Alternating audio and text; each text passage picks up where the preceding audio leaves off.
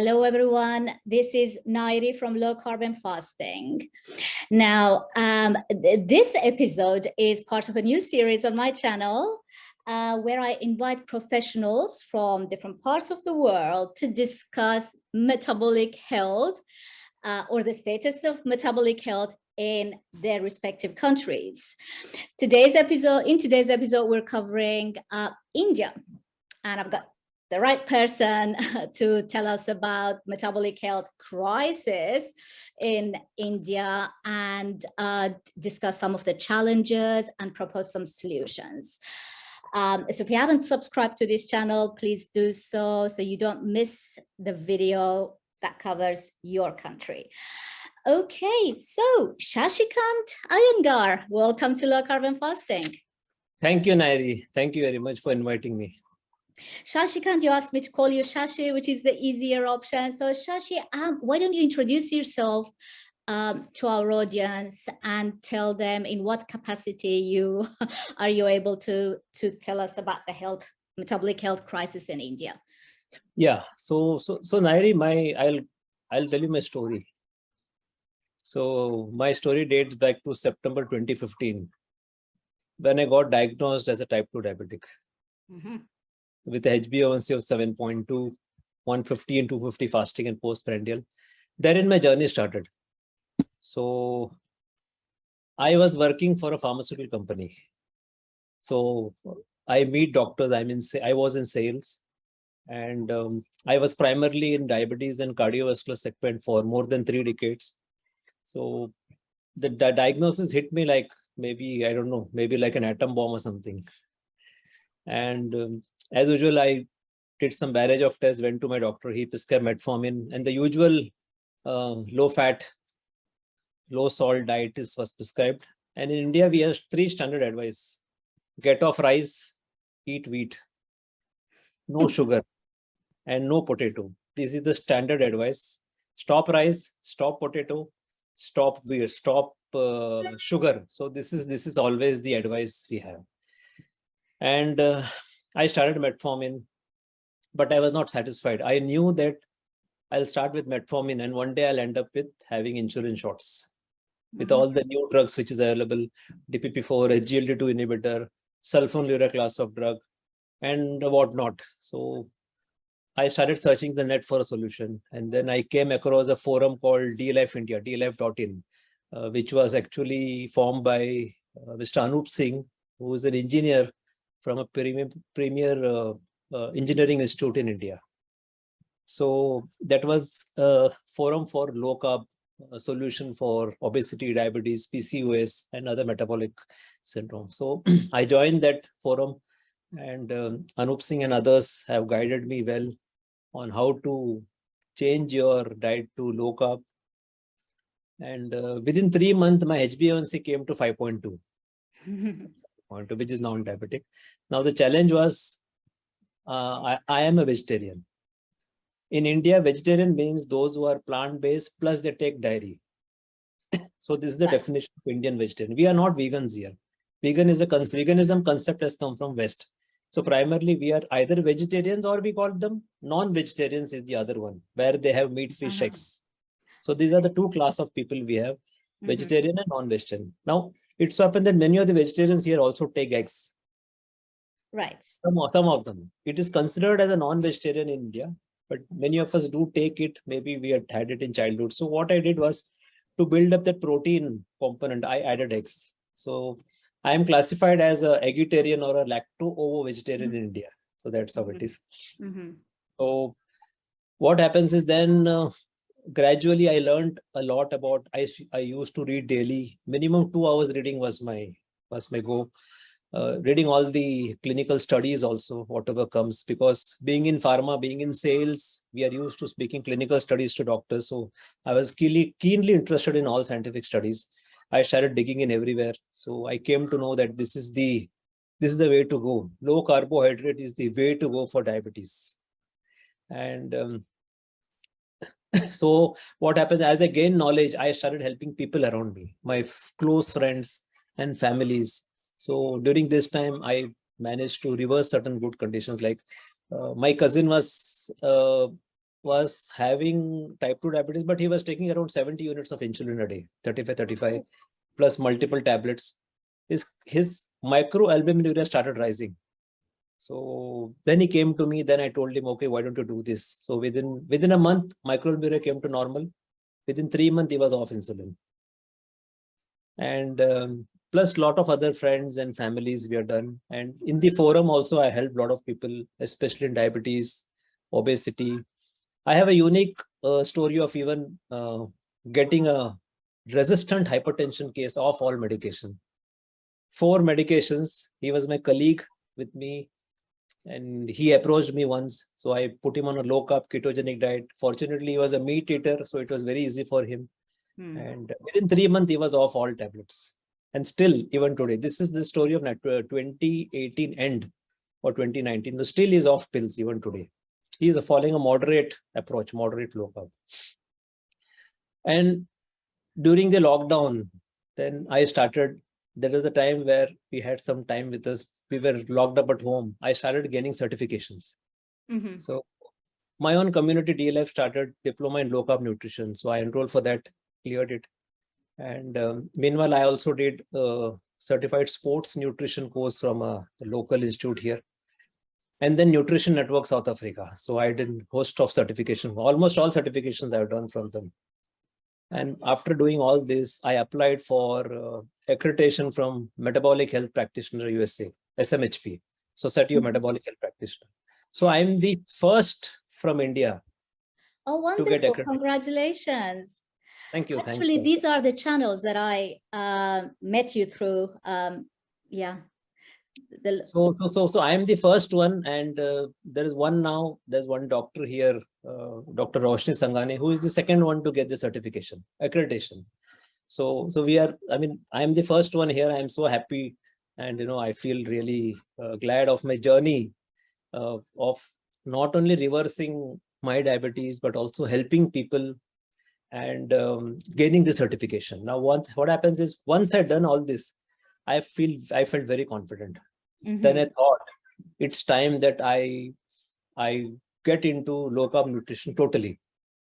Yeah. So I left pharmaceutical job. I left pharma job, the sales job. 35 years in pharma sales, primarily in cardiovascular and diabetes. So one fine day I gave my papers and I gave a 3-month notice, and then I started planning that now I'll go independent. And I now work as a low carb nutrition coach in India. And to my credit goes that I'm having more than 10 certifications in low carb nutrition alone.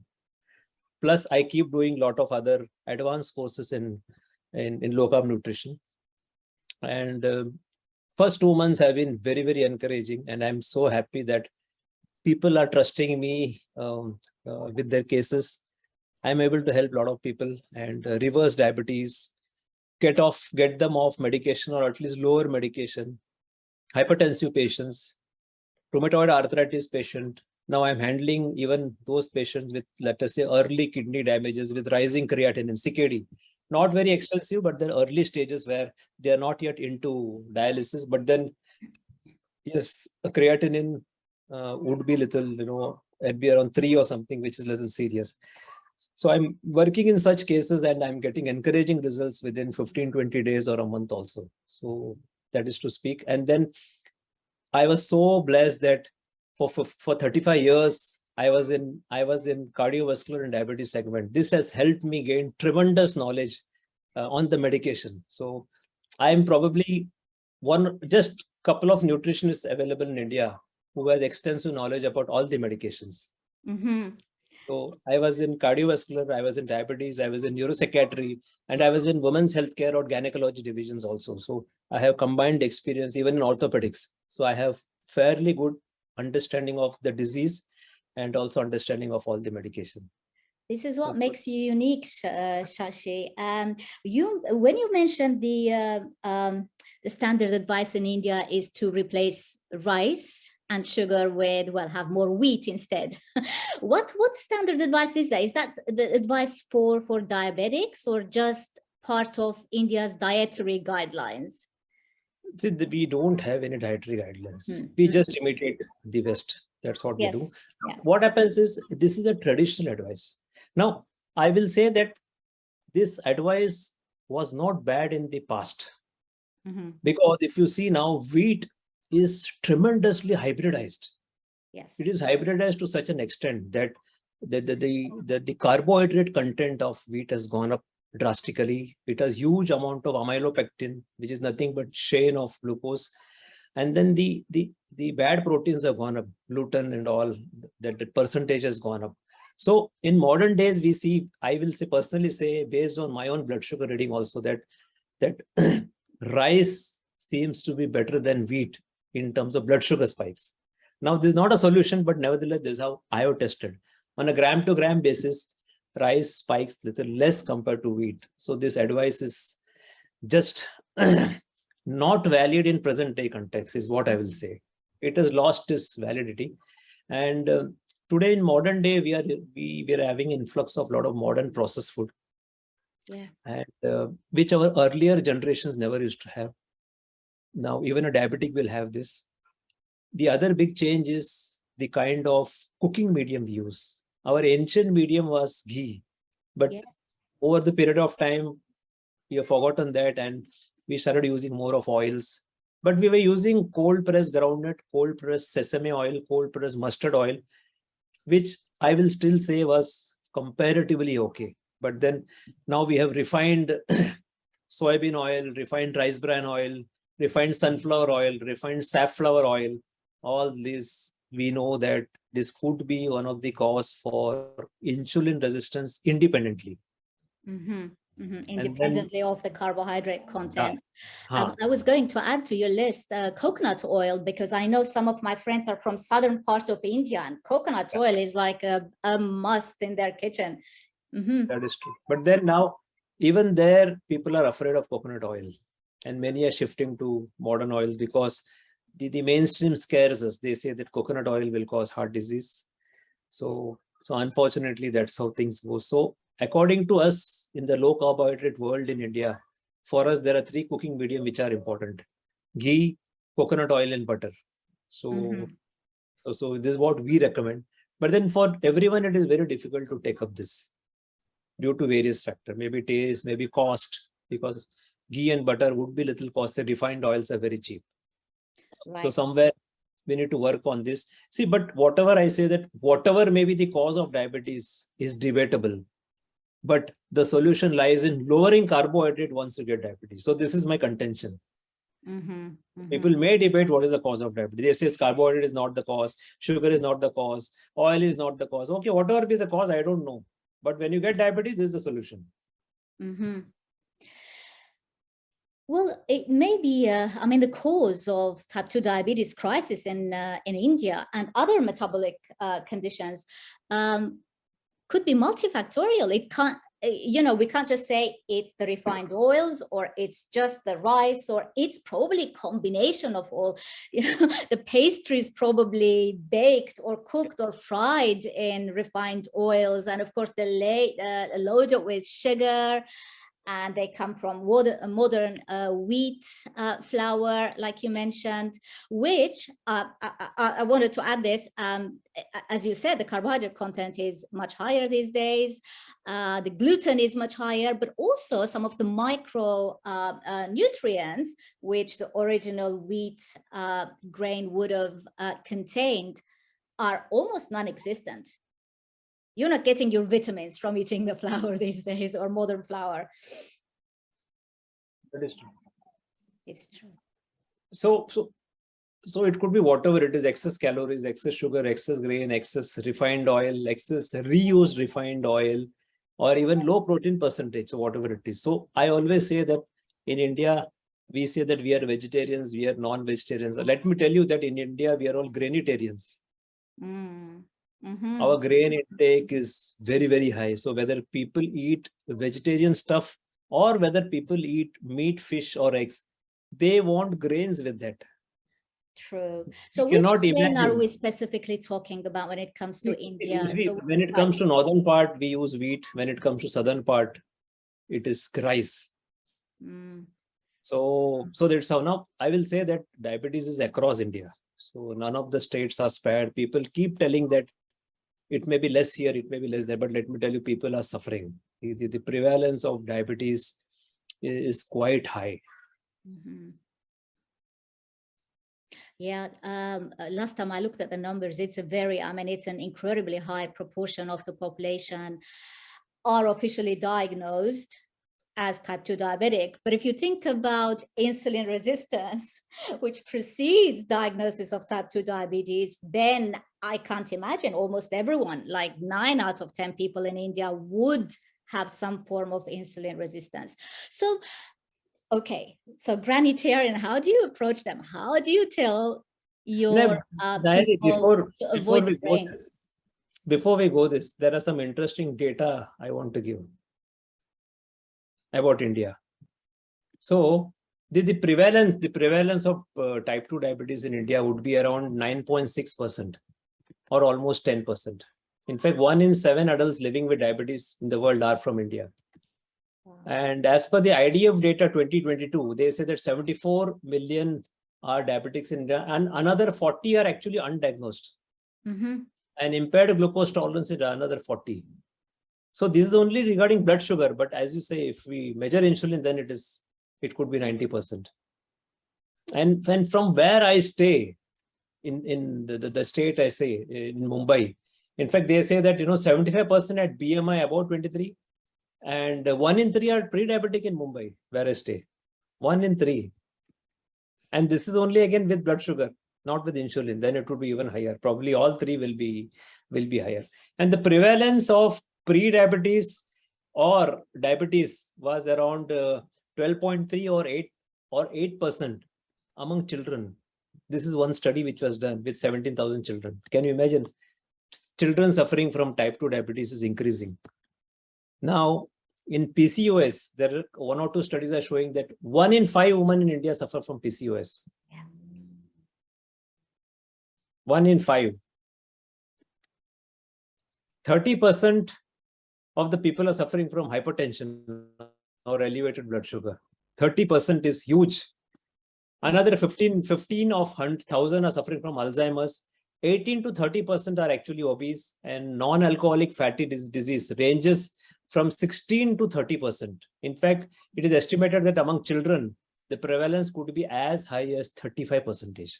Non-alcoholic disease children, a non-alcoholic fatty liver in children. Can you imagine? It is so terrifying. And since I come from pharma background, let me tell you that the number 1 pharma product in India is insulin.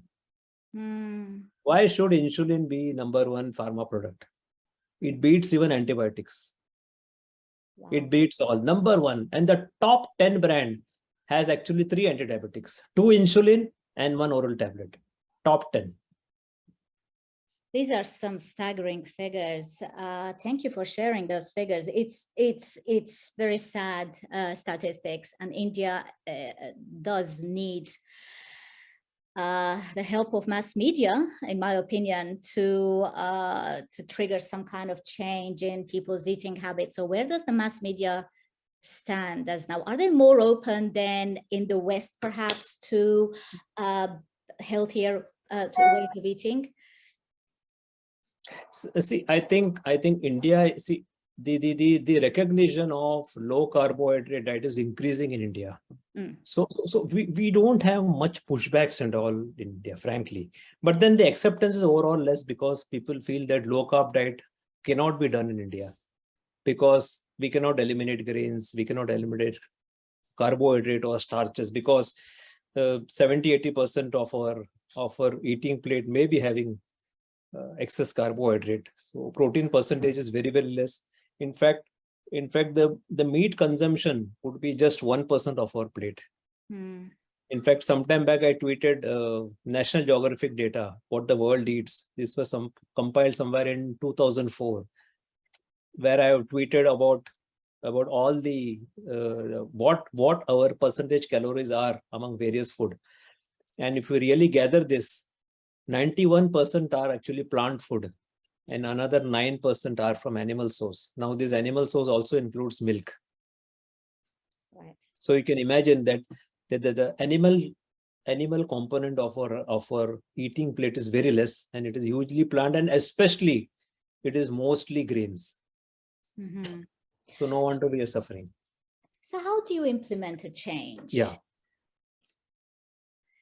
Because food is more than just telling someone don't eat the grains. There's a lot more involved there. Food is part of the tradition, part of the social gatherings, and there's this emotional attachment to certain foods, which perhaps the grandparents used to cook. So people are very attached to their traditional foods in general.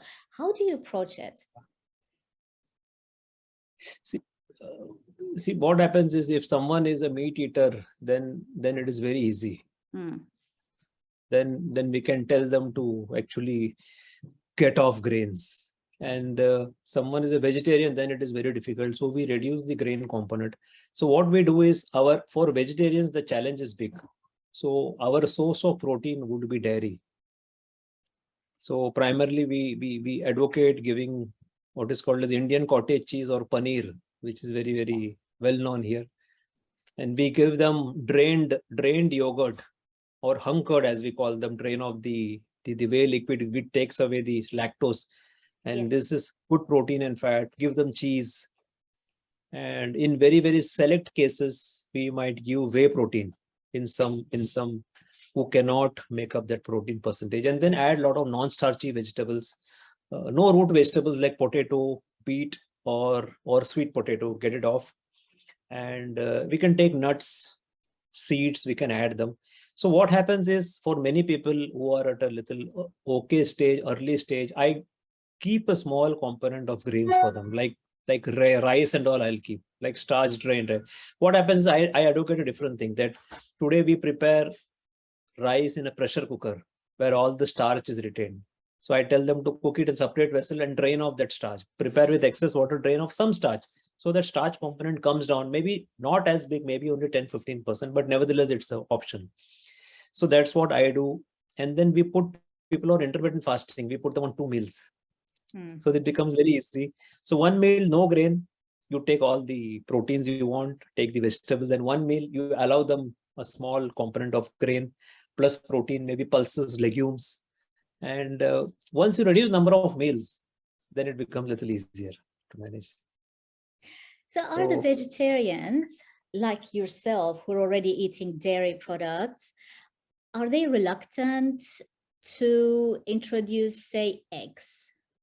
Yeah, most of them are, but some of them don't mind, because in India, many of us would have taken some form of eggs when we were in childhood, in kids. So many of the kids are fed eggs because people may be lean, and then parents, even if they're vegetarian, they feed eggs sometimes. So that will remain, and some people are willing to take up. They take up. There are a few people who also take up non-vegetarian stuff. They might take up chicken, and they might take up meat also, fish also. So there are very few percentage. So they're willing, and then they agree, and then they do. But then most people, even in India, meat eaters will also not leave grain. This is a big challenge. We do not know how to eat meat, fish, eggs without grain. We cannot imagine. We require a roti, we require rice, we require bread. We require bread to be eaten with omelette, with eggs. We want rice with fish. And how will we eat meat? How will we eat chicken? We need that roti. So this question always remains. So it's very difficult in India, not very easy. But then, who all adopts low carb? My experience goes is those who are pushed against the wall. Those who go uncontrolled, they are troubled with number of pills, they are threatened or added insulin. And that's the time they come to me because they want to avoid insulin or they want to get off insulin. And some of them, they work with me halfway through. The moment insulin is gone, couple of tablets are gone, they don't mind popping in 10 tablets a day. So some of them will go off my program also after a couple of months if they are very happy. They say, no, okay, now I am happy. I will take this tablet and I will do this low carb moderate way.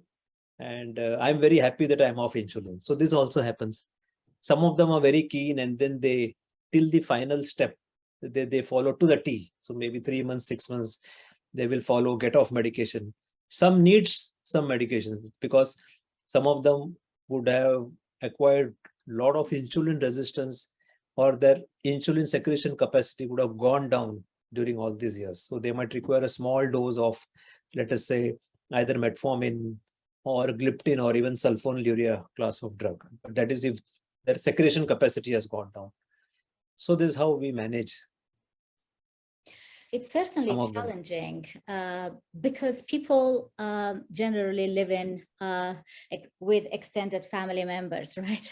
So they're not all single people living in their single dens and cooking, you know, just for themselves. Because if that was the case, like, you know, mostly it is in the West, right? It would be probably easier, but people live with extended family members. So it's very difficult to accommodate low carbohydrate diets, a different way of cooking.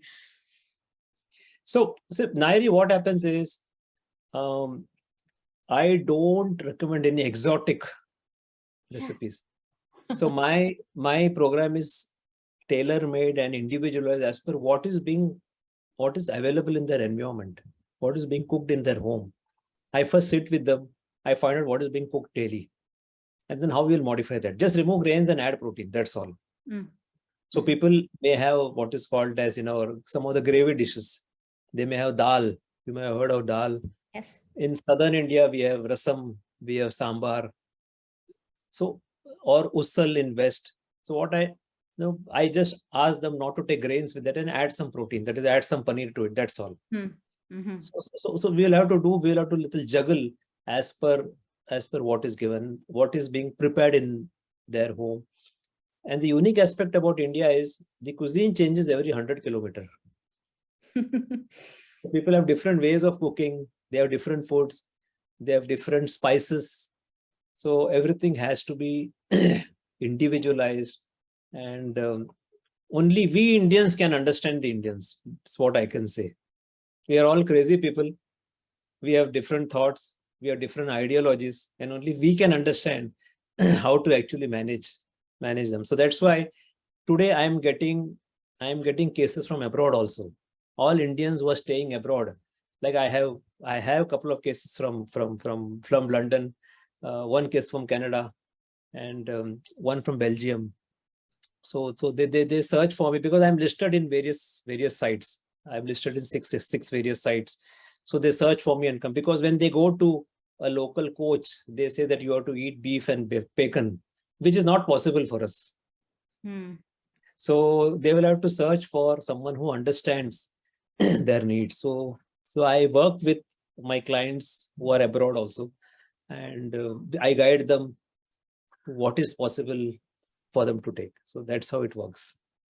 Yeah, people generally sort of relate better to with others who are of the same culture, who have a better understanding of their traditions. That's absolutely true. And in my case as well, when I'm helping people of Middle Eastern sort of origin, I know exactly where their struggles are. I know why they're struggling, and I know I almost know their preferences, their food preferences. I know the way that they would love to sit down and cook. So, as you said, I think making tiny steps and making a few adjustments is always a good idea. And even with a few adjustments, you notice people's blood sugars improving, hypertension improving. The first meal itself impacts. Yeah. Or even reducing meal frequency, reducing it, that makes a tremendous difference too. So that's how I do. I administer. First, initially, I give 3 meals a day. Slowly, I make it 2.5 meals a day. Then I make it 2 meals a day. And then once they are set in, I advocate 24-hour fasting, 24 to 36 hours. So that really helps people improve their blood sugar profile. And once they are into low carb food, they don't feel that ravenous hunger goes away. So people are able to fast very easily. Now, personally, I take only 2 meals a day. And I've been doing this for the last many years. Yeah, I usually alternate between 1 and 2, but I'm type 1 diabetic, so I have to watch my blood sugars really closely. So,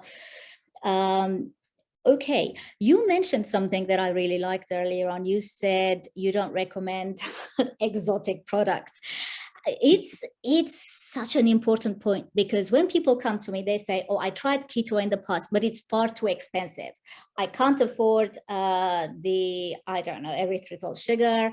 There is no coconut flour to make all the cakes with. There isn't, I can't access this, I can't find that. Or what is that particular starch or some root fiber that people are using, in recipes? Maybe those people those chefs are living in the United States. It's not easy for them to access these things. You're living in the Middle East, you're not going to be able to find this stuff. So I just simplify everything. It has to be, you have to make use of your local products, right? Because otherwise it does become something really expensive, exotic, and then people give up on it. Like in India, if I say you take avocado will be very costly. Yeah. It's not possible. If I say you use nut flours to make roti, again, it is costly. Yeah, those who can afford can make, but for others, these are all I call as fox food, something which imitates the real food. So I get out of the concept of replacing something. Mm-hmm. Don't replace, just get off, because I got off the concept of having roti or rice. I don't have them. So I can have vegetable just with a spoon. People cannot imagine having vegetable with a spoon. They require roti, they require rice. When I have eggs, I just have plain omelette, but people want bread with that. So I got out of the concept. I do make low carb bread at home sometimes. It is once in a while, and not daily. I don't recommend this daily. I don't recommend to my cases also. Mm-hmm. So my life is to make it, my job is to make life very simple for the person, and also for the person who is cooking at home. So I cannot ask them to make low carb bread every day. So it's not possible. So we just get off the concept and we can do. And then over the years, we have managed to have a lot of Indian low carb recipes. So in the community, I have dlife.in. So they have a lot of more than 1,000 Indian low carb versions, vegetarian and non-vegetarians. So a lot of people get access. And even to my own cases, I pick up and give them dishes.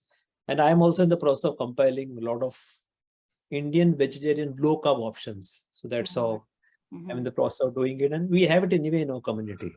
I think all this should make life a little easier. Those who are determined, they do. And those who are not determined will not do. So it's up to them. Low carb is an option, I always say. Low carb is not compulsory. If someone wants to take medication, let them do. I cannot help it. But if someone wants to get off medication, then I am there to help. Mm-hmm. Mm-hmm. Like as you said, I think when people come to you, they've already tried everything else and they're seriously concerned about their health. That's why they come to you. Okay, so let's talk about the cost of medication. So I think if you weigh that, because this isn't state covered, right? So cost of insulin and everything, it's not covered by state. So if you look at the cost of ketogenic sort of diet and the cost of taking all these medications for the rest of your life, it must even out. Very easily it evens out, because people will be spending I will tell you in Indian rupees, or no, maybe somewhere 2,000, 3,000 rupees to upwards, 10,000, 15,000 rupees upwards. This is in rupees. I mean, that depends upon what all medication they are taking. I'm not only taking antidiabetic, but typically people are on a lot of antidiabetics, on insulin, antihypertensive, anti-cholesterol medication. So if you consider everything, the cost really goes up. I'm not talking about the fees which we pay to doctor when they go 2 or 3 times a year. Many people may not even visit a doctor even once a year. Some of them keep continuing taking medication without checking also. That also happens. Those are very conscious. They will visit 3-4 times a year for a follow-up, or maybe a couple of times a year at least. But then the cost really goes up in long term. People do not realize that once anyone gets any complication, then they will have to keep spending money. Nephropathy, retinopathy, cardiomyopathy, stroke, a lot of issues can happen. So people can lose their eye, people can lose their kidney, they can lose their foot over gangrene, anything can happen. The cost really, people don't see the cost which will come up later. And as you said, in India, the state does not bear the medication cost. We have to bear. Yeah, there are government-run hospitals which may offer at a very, very low price, or or free of cost, but people do not go there because they are already overburdened in India. Yeah. Insurance does not cover us. So we'll have to bear it from a pocket. Get admitted to a corporate hospital in India, in the metro cities. Within 2 days, 100,000 rupees will be billed to you. Various investigation, everything. Very difficult. We have seen all this. Cost really. What happens is we enjoy our life now. We don't take care of our health. And when we retire, we are going to make this medical industry richer and we'll become poorer. This is my message to all, that you have to see tomorrow, not today.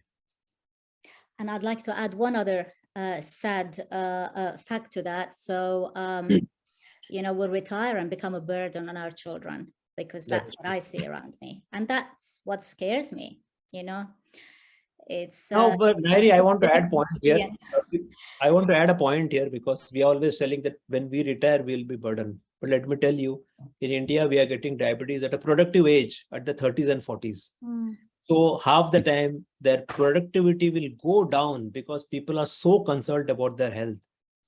They are low in energy. There is a threat of hypoglycemia. They feel tired, no energy. Their whole productivity is affected during the productive years. Just imagine if someone is detected diabetes at the age of 40, he's going to retire at 58. 18 years of misery he's going to have. And let me tell you, once people enter my low carb program, within a few days, the first thing they report is their energy level has increased. Invariably, everyone. People are able to sit through 8-hour, 10-hour meeting with high energy. So this is a difference. I think this is the message I want to give to all people who are in India, that at the productive age, if you get diabetes, you are going to be low in energy till you stay alive. Is what is my word. Till you stay alive, this is going to be the situation. Yeah. Do you find, like I do with my Middle Eastern sort of people that I help, that people are so accustomed to seeing all these chronic illnesses around them that that it almost becomes the norm? They don't really take it seriously, even when they're diagnosed with hypertension at age 35, then type 2 diabetes at age 45. They're still not taking it seriously. High triglycerides, for example, and they're still go, okay, well, father had high triglycerides, and stroke, and they're still not taking it. It almost becomes part of the norm. That's sad. I think that exists even in India. Yeah. Every family spends substantial amount on medication. We don't realize, we think that medication is part of life. And eat whatever we want and cover up with medication. And another issue which lies in India is, once someone adopts low carb, then well-meaning friends and relatives will become your biggest advisors, who will advise against low carb. Well-meaning relatives and friends, they are the one who will scuttle the progress of a person. They are not bad intent. They don't have bad intention, but then they think that this is something dangerous. Having a bit more protein will damage kidney. Fat will cause heart attack, and so on and so forth. So it's very difficult, and we really have to navigate all this. So whenever someone comes to me, I get their family and I counsel their family first. That they have to support this person. Otherwise, he will end up with some complication which will not be in the good interest of the family. Because if the person is a breadwinner, then it's going to be an issue. And okay, if she's a lady, then it is very easy for her because she's going to cook. So no one essentially goes against that. So my program involves counseling the entire family. Which is what I do too. Interesting to hear it from you as well. And people who are changing their diet, it's a big change. It's a big lifestyle change, and they need the support. They need the support of the people at least living in the same household. And so that's why I engage other family members as well, because the success rate of that person sticking with this new dietary sort of advice increases. That's true. And many of them have not heard of low carb. So they are hearing for the first time. And some of them are afraid that whether it is ketogenic diet, because in lay press, sometimes we get some stupid articles which says that ketogenic diet will damage kidney. Someone has died because of ketogenic diet. People do not understand anything. So that ketogenic or keto word is a bad connotation in India. So I always say that this is low carbohydrate diet. And not all of my patients or all of my cases are on ketogenic. Hardly, not even 1%. All of them are on a low carbohydrate diet, ranging some carbohydrate would range anywhere from 100 to even 150 grams per day. It doesn't matter because they can manage very well with this. Some lesser. Now, the carbohydrate will be based on the extent of metabolic damage and how much they can control their blood sugar. So that's how it is. And how much they can sustain that way of eating. So that is also required, because how sustainable can we make it is what we do. Okay, so tell us, share some of your success stories. You already mentioned some of your friends coming off their hypertension medications. Share at least one other that might inspire others who are listening to this. I think I recently, this Sunday itself, I had in our community D Life. So I had a podcast where I shared a case study. So this person was from Canada, and we connected through Zoom, just like this, depending upon the time. The starting HbA1c was 9.4, and blood pressure was something like 144 by 83 or 82. 3.5 months of very, very strict, very low carbohydrate and very mild, I will say mild ketosis. Must be his carbohydrate must be around 50 or so. Within 3.5 months, the HbA1c came to 5.7. And not a single medicine, let me tell you, not a single medicine. He has not taken even metformin. This person was very reluctant to take any medicine. 9.4 to 5.7 within flat 3.5 months. Amazing. And no medication can achieve this. No, and that's, I mean, you have a pharmaceutical background and you can verify this. For 1% reduction in HbA1c, there's a standing ovation. Yeah. With medication. That's in true. Medical conferences, when they announced that SGLT2 inhibitor is able to reduce HbA1c by 1%, there was a standing ovation long back. And for 3.5%, there no one notices. Well, and few more cases is, one already told you that I have been able to reverse early kidney damage like microalbuminuria from 100 to 5 within flat 1 month. And helping hypertensive patient, resistant hypertensive patient, to get off all the pills within 3 months. There was one more case. One of my relatives was having age-related macular disorder, AMD, on both the eyes. It was just progressing. She was visiting the ophthalmologist every 3 months. So I just once interacted with her. I told her to get some tests done. What I found was fasting PP insulin was quite high, as expected. And HbA1c was what is considered as a pre-diabetic or something, 5.9. So I administered a low carbohydrate vegetarian diet. Within next 4-5 months, her condition stabilized. And ophthalmologist was very happy. He told that there is no progression now. Now your condition has stopped in its track. And at home, when she came, she was able to read those messages or WhatsApp message, which earlier she found it very difficult. And so that's how, so we have been able to stop the progression also. So this is also possible. Yes, amazing stories. And these are inspiring. People are always inspired when they hear success stories.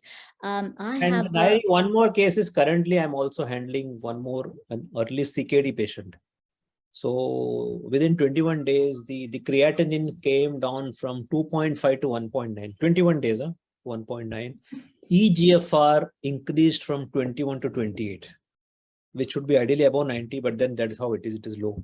So the work is in progress, but it was heartening to see that people can improve. Blood sugar, which was uncontrolled, is totally under control. Blood sugar never exceeds 120.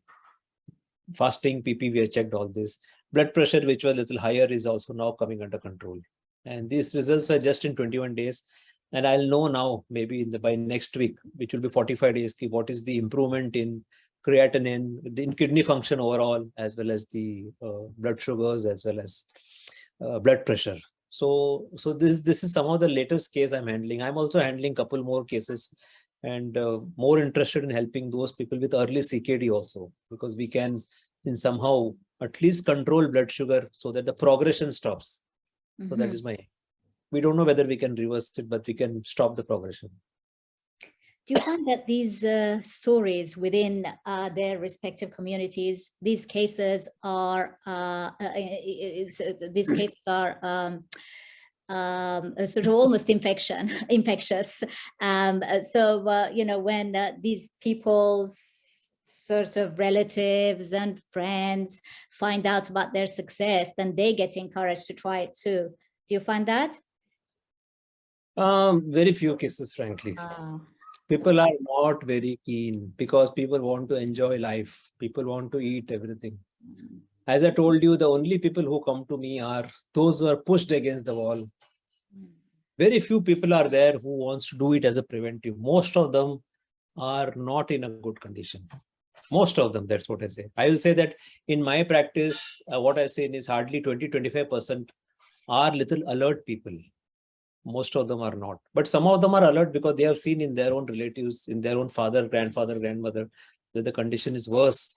They are bedridden. They are having dialysis. So they want to prevent that. So they come to me. But 70-75% are those where condition is not good and they want to improve. And then they improve also. Most of them improve. Yeah, they have to put the work in. They have to want to put the work in. This can't be forced. This way of life cannot be forced upon anyone. If they're not ready for change, because it is a big change. It is a big change. If they're not prepared to put the work in, it's not going to work for them. They may not be ready at this moment in time, perhaps in 2 years, 3 years, they may be ready. But with some people, they take time to think about it. It's almost like you've implanted a seed in their head, and they go and think about it sometimes for a year or two, and then they go, this makes sense. I'll give it a go. I think now low carb acceptance is decreasing in India, and we find some good publicity also, in the sense the lay press also sometimes puts in good word about low carb. General population awareness is increasing, and people are able to read all the social media. They're able to Google.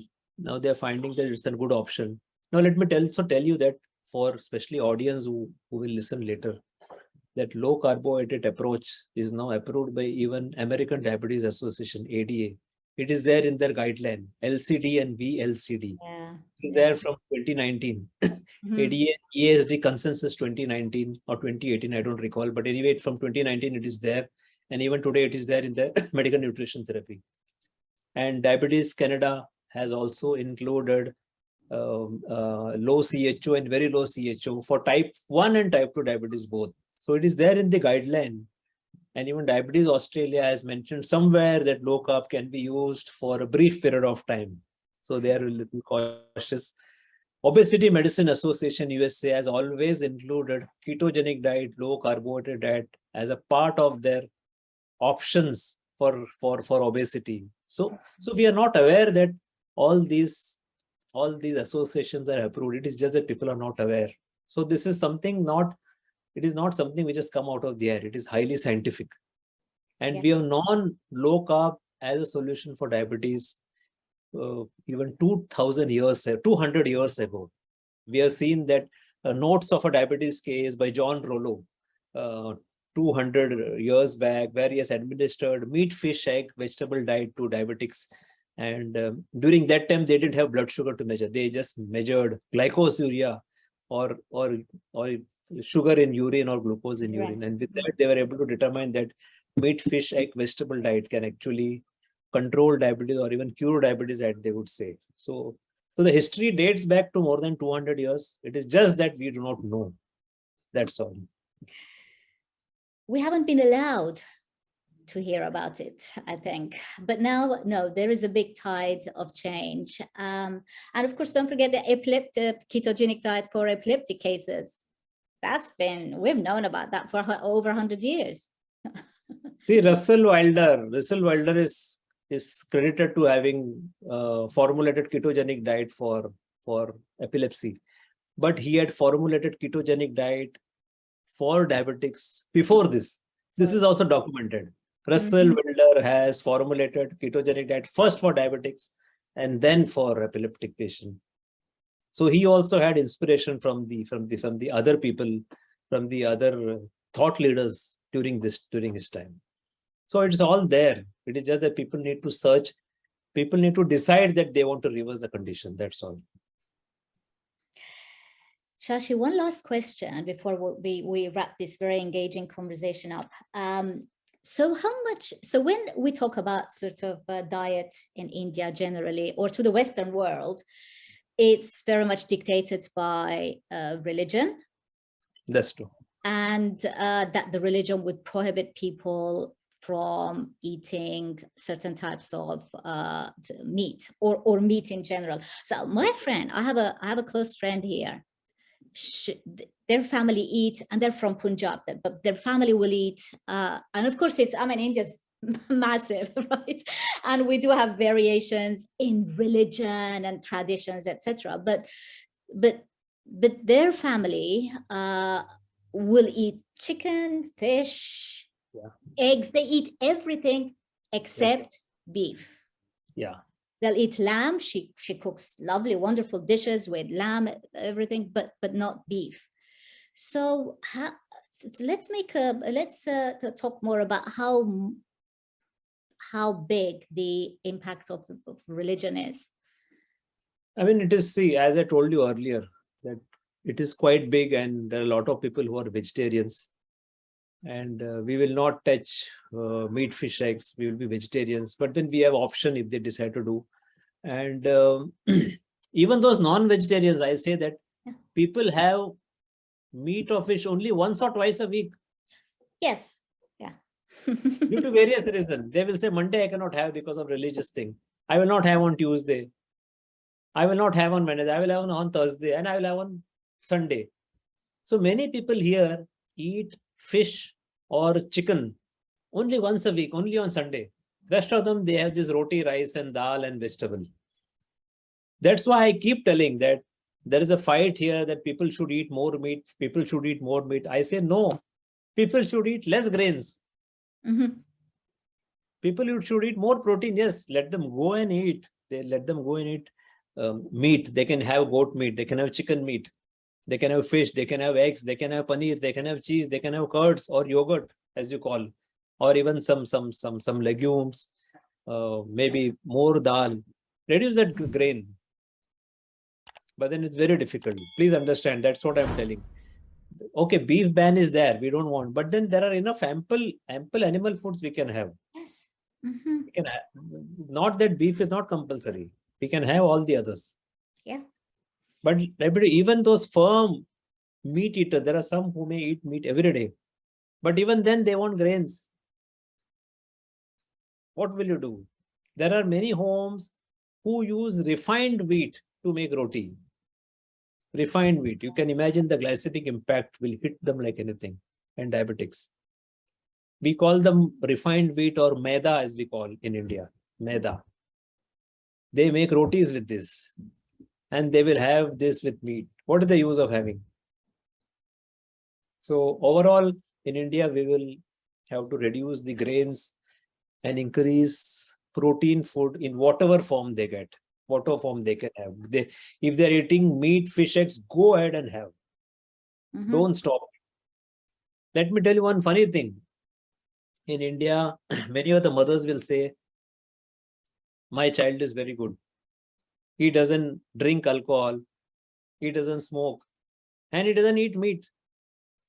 Can you imagine this is the kind of thought process we have? Why do you want to combine all this? Smoking and alcohol is different and food is different. But then they feel that eating meat, eating non-veg, I'll say, not meat. Eating non-veg is sinful. People think it is sinful. It is so unfortunate.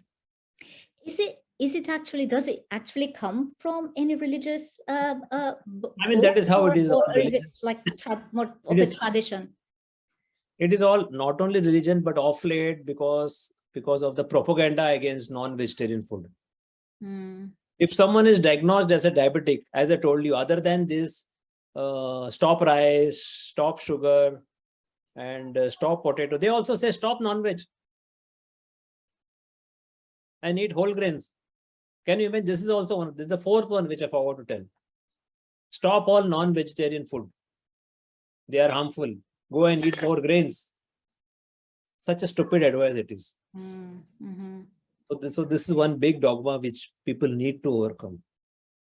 Protein, they will say, do you know the amount of protein we take per day average? It is just under 30 grams per day. And this is all protein put together. First class, second class. 30 grams is abysmally low. People are moving around with 50% body fat. Fatty liver is so prevalent in children and adults. We are lean people and we have bulking stomach. We have central obesity. People are lean and then they think they're healthy, but they don't know they're having this tummy. Even if they're lean, they're having tummy. That is, they're having a lot of belly fat, a lot of liver fat. I was about to make a comment on that because, you do see this common profile of almost skinny people with skinny limbs, arms and legs, because there's absolutely no muscle mass there.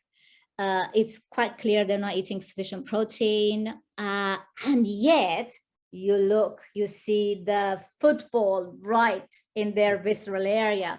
And people don't realize that is the dangerous fat. I think these centuries of agriculture has actually destroying the health of India, let me tell you. This statement people may not like. We were a powerful country once, long back. Since the advent of agriculture, everything has gone down. See, even I am a lean person. You may not know now here in this Zoom, but if you see me, I am also the same one which you described. Lean person with central obesity. I had central obesity. Now it is flat. I lost all that central tummy fat. I'm 175 centimeter. My average weight should have been 75 kgs. I never reached that. When I reached 69, 70, I became diabetic. Now I'm 63, grossly underweight. My BMI was never above whatever that requirement was for diabetes. So I'm grossly underweight. I was grossly underweight even earlier, even when I was diagnosed. So that's what I say, that we have to measure waist to hip ratio or waist to height ratio. Or simply the waist size actually is more important for us than overall weight. And more importantly, our blood sugar profile or insulin profile will actually tell us fasting insulin, postprandial insulin, triglyceride level, maybe a scan, ultrasonography scan to detect fatty liver is something which is very important. How easy is it, last question, how easy is it to access medications in India, apart from the cost? I mean, like say insulin, or is there such a thing as insurance, or do people go to a pharmacy and pay the money and get it? We have to pay from our pocket and do. So no one pays for us. So, but are they easily available? They are easily available in India. Everything is easily available. There is no restriction here. And I can go as myself. I can get anything tested in any lab. I can go and get a CT calcium score also. We don't require any prescription for this in India. It's a free country that way. There is no restriction. So that's why whenever a case comes to me, I get an extensive blood work done so that I can assess everything. Kidney function, liver function, their lipid panel, their micronutrient deficiency also I address. Insulin, fasting, postprandial insulin, blood sugar, HbA1c. I see the entire barrage of thing and I address everything.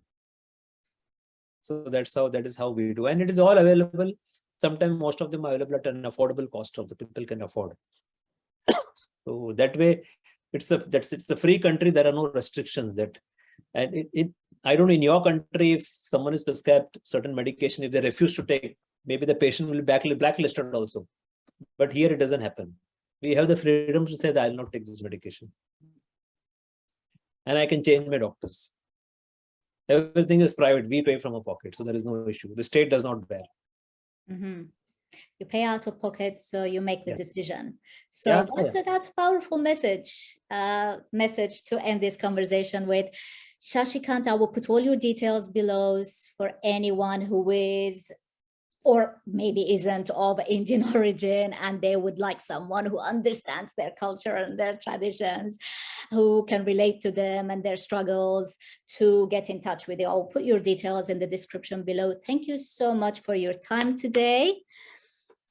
Nairi, thank you very much. I think I should thank you immensely that you have included me in this series where you are learning about the cultural nuances of various countries, and India. You chose me. It's a big honor for me. Thank you very much. Well, I had to choose you as a wonderful representative of your country. But people, please stay tuned for more episodes. Next one will be Mexico. So don't forget to subscribe, and thank you for watching. Bye for now.